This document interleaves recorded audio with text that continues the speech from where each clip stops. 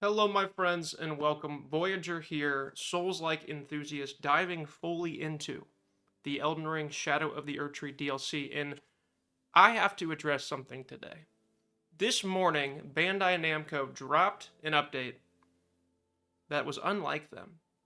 It was an update seemingly small in scope, but mighty in scale, in that it was a bit of a acquiescence to the player base, to the new player base, importantly.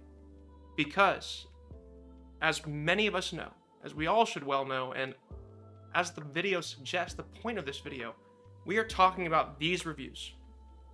Steam reviews currently at mixed for the Shadow of the Erdtree critically acclaimed DLC. And the reason for this is because people believe it is too difficult to even be approachable. This, and before I get into my counter argument to that fallacious point, let me just say I love Souls-likes. This channel will be almost all about Souls-likes, outside of some other RPGs, different games, whatever.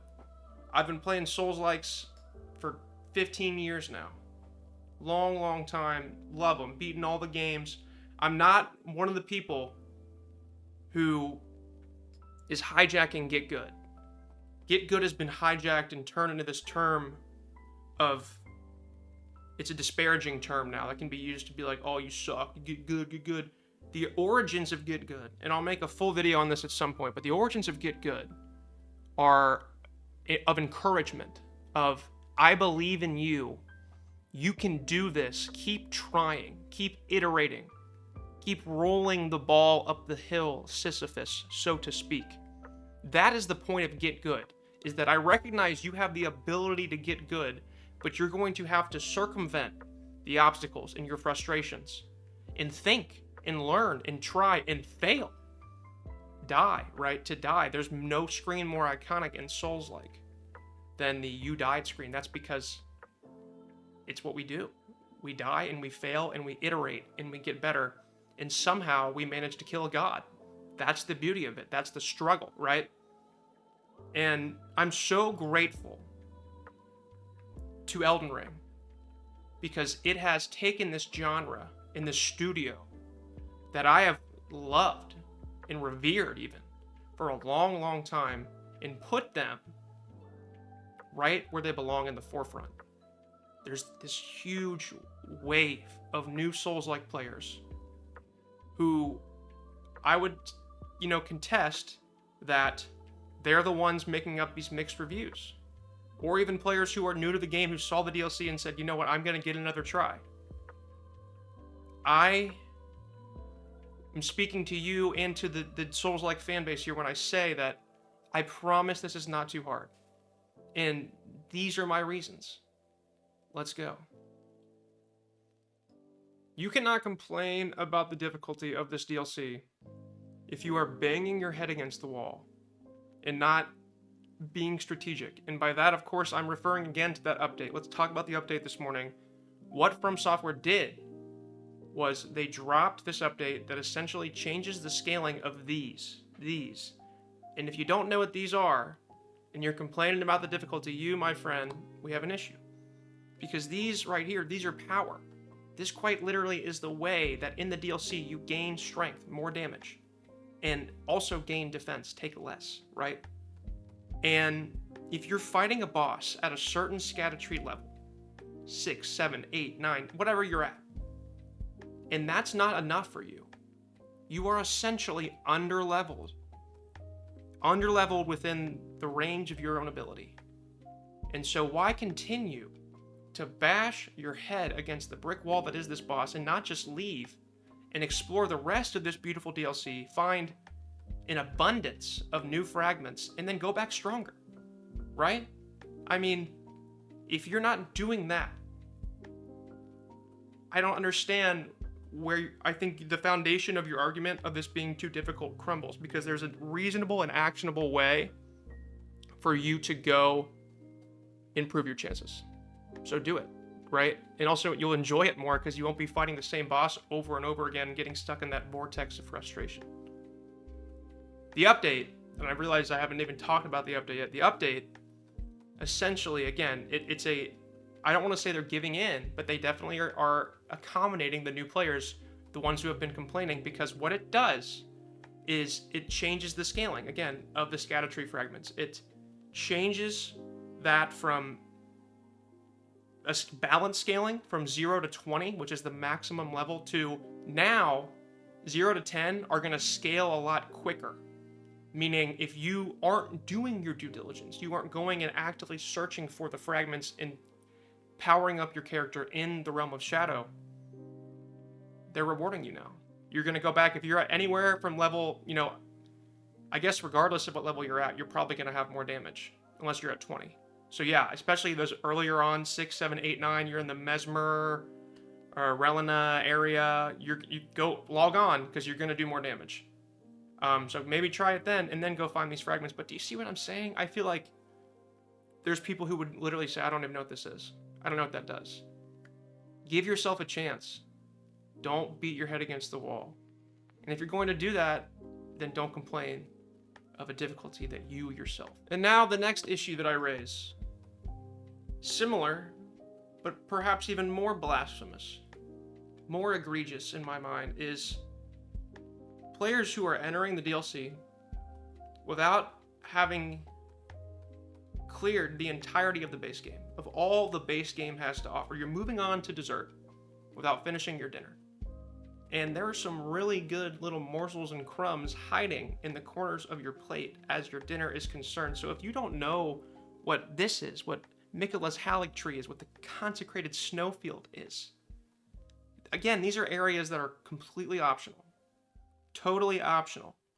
But they're opportunities for you to get better at Soulslike, and for you to find the best loot and the best equipment in the game, because guess what? The more difficult the area is, the better the rewards. So it would follow that taking this pathway, this treacherous pathway, admittedly, to what many consider to be the hardest boss in the game, Millennia, you can find an incredible talisman that boosts your defense enormously. You can find an incredible talisman that boosts your non-physical defense enormously.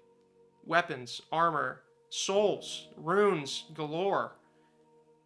How can you be in the DLC and be taking, you know, this stance of, well, it's too hard. It's too hard. When you haven't even, there's still meat on the bone in the original.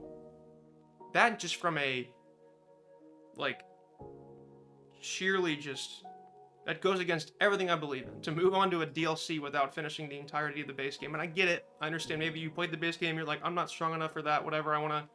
And then the DLC came out, your friends are playing it, you're like, I'm going to hop on, whatever. And that's cool. You spent the money on the game. I'm a firm advocate in play it how you want to play it. But don't complain about it.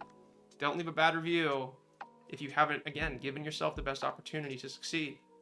And that comes by way of doing preparation in the main game.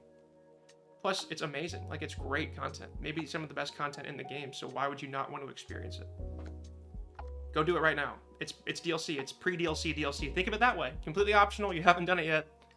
And the bosses are just as hard as they are in the DLC, so go do it, and then change your review if things get easier. The third and final reason I think you should not be complaining about the DLC difficulty level is, I understand that Elden Ring, again, it's this fantastic thing that has brought so many new players to this genre, to this game, to everything that I know and love about Soulslike, and it's going to be, it's wonderful. It's absolutely wonderful for content creators like me, for the studio, for other studios, small indie studios making, it's awesome. Don't get me wrong. What I'm going to say to you now is, if you have not gone back and played the old ones, you don't have the perspective to complain, in my opinion. If you have especially not played the old DLCs, and if you know what this is behind me, if you're familiar with this run, then you know what I'm talking about. And when I say this, I'm not speaking to you if you're familiar with this nonsense behind me. You would not last an hour in the asylum where they raised me. And that asylum was one without so many of those quality of life features that we take for granted in Elden Ring. Maybe most importantly, which is the stake of Marika, right?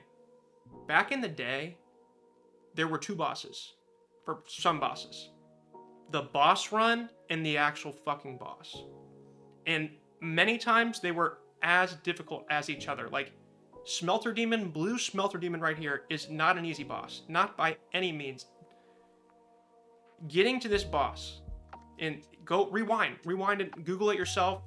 Best of all, go get here. Play Dark Souls 2. It's fantastic. Don't listen to the people who shit on it. It's good. It's worth playing. It's a little experimental. It's kind of like that funky cousin at Thanksgiving, but he can be funny to take a walk with and hit the joint, right? So try it. But again,